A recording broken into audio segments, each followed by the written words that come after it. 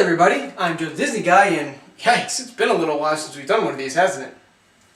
It's also been a while since we talked about one of our favorite TV shows. How about we remedy both of these situations by taking a look at The Proud Family? So The Proud Family has one of the more unique background stories to it when it comes to Disney Channel shows. Back in 2001, animator Bruce W. Smith was finishing up his pilot for The Proud Family, but he never actually intended for it to go to Disney. The pilot was being developed for Nickelodeon, but unfortunately Nick passed on the show once they saw it. Although 2001 wasn't all that long ago, I do feel the need to explain the landscape of Nickelodeon and Disney at the time. You see, Nick was really in its prime, with shows like Hey Arnold, Rugrats, and Rocket Power all going strong, and a little show called SpongeBob SquarePants also starting to hit its stride.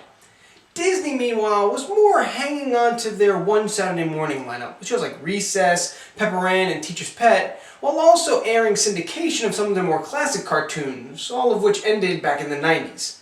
So it's not a real surprise why Smith was pitching his cartoon to Nick over Disney. Luckily for Smith, though, Nickelodeon passing on his show wasn't the end of the project. Smith had worked with Disney on a number of projects in recent years, including the Goofy movie and Tarzan, and with Disney's connection to Smith, they decided to give his show a shot on their channel, placing it onto their 2001 schedule. What's funny about this is that these actions actually led to The Proud Family receiving the distinction of being the first ever Disney Channel original show. Despite the fact that it was actually developed for another channel, and that it was actually the first show aired on Disney Channel that wasn't directly developed by the Disney television studios. So, yeah, it's kind of funny how these sorts of things work out. So, as for the show itself, The Proud Family revolved around the life of 14-year-old Penny Proud and her eccentric family in Wisville, California. There's her over-the-top father, Oscar, her more grounded mother, Trudy, her baby siblings, BB and Cece, and her hip grandmother, Sugar Mama. In addition to Penny's family, though, the show also focuses on her friends, Dejanay, Zoe, and La Cienega. Now seems to be as good time as any to address what made the show so unique, especially for the time that it was airing. It had a primarily African-American cast. Think back to all those shows that I mentioned earlier. All of them had maybe one black character in them, period. So to have an entire cast made up of both Hispanic and African-American characters was actually pretty refreshing at the time. The cast of voices for the show was pretty star-heavy, consisting of both established personalities as well as up-and-coming ones. The younger voice actors on the show featured Kyla Pratt, Karen Malia White, and Orlando Brown, while the adults saw the likes of Tommy Davidson, Paula Jai Parker, Joe Marie Payton, Cedric the Entertainer, and even Carlos Mencia.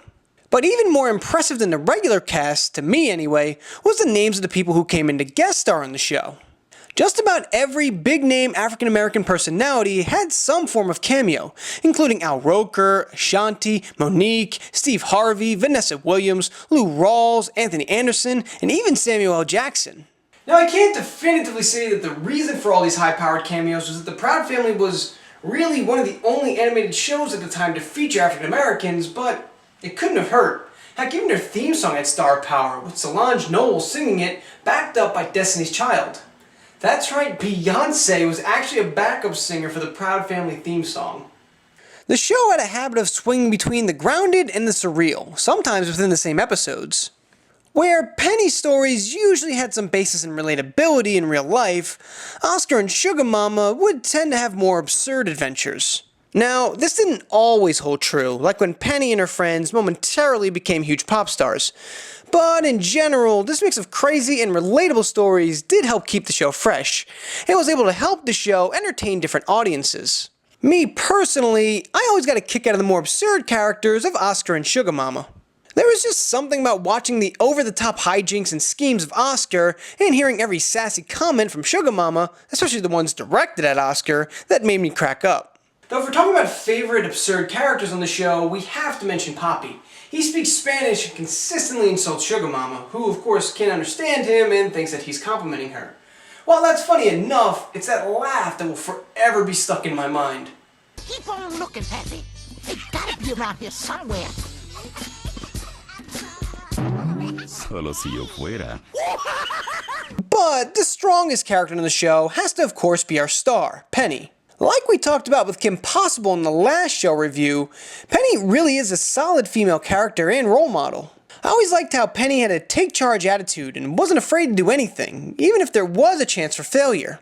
But more than just that, Penny was shown to be wrong a few times in the show, and I appreciated that, because it's easier to relate to a character who isn't always right. It was also interesting to see how Penny's friends had a bad habit of ditching her when she really got into a jam. Although it seemed a little out of place, it actually enabled Penny to face all of her challenges head-on, which I thought made her a better character. But the thing that I appreciated most about the Proud Family, though, was that I never felt alienated watching it or like I didn't get it. Even though the show was about an African-American family from California, this white kid from New Jersey could still watch and enjoy it, because even though at times they would show off elements of young African-American culture that I may not have been familiar with, that wasn't the focal point of the show. At the end of the day, the Proud Family is about family, both the one you were born into and the one that you choose, and I'd say that's a pretty universally understood concept. Penny gets driven crazy by her overprotective parents, she revolts against doing chores, she gets into arguments with her friends, but in the end, she always comes back to them, and they always resolve their issues, because they're family and they love each other. These are all things that kids, teenagers, and even adults can relate to, and it's what helped make the show so successful and enjoyable to watch. And enjoyable really is the word for it, as there really wasn't any element of the show that I didn't like. Except maybe the Gross Sisters. Empty your pockets. The Gross Sisters. Of course. Now. That's just not the color of humans. Can someone please get them some medical attention?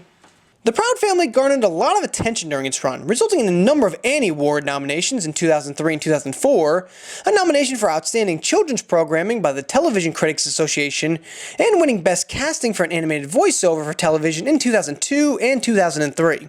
And its use of a primarily African-American cast also gained positive attention and recognition, with the show winning a BET Comedy Award for Outstanding Animated Series, and nearly every voice of a main character being nominated for an Image Award for Outstanding Performance in a Youth or Children's Series.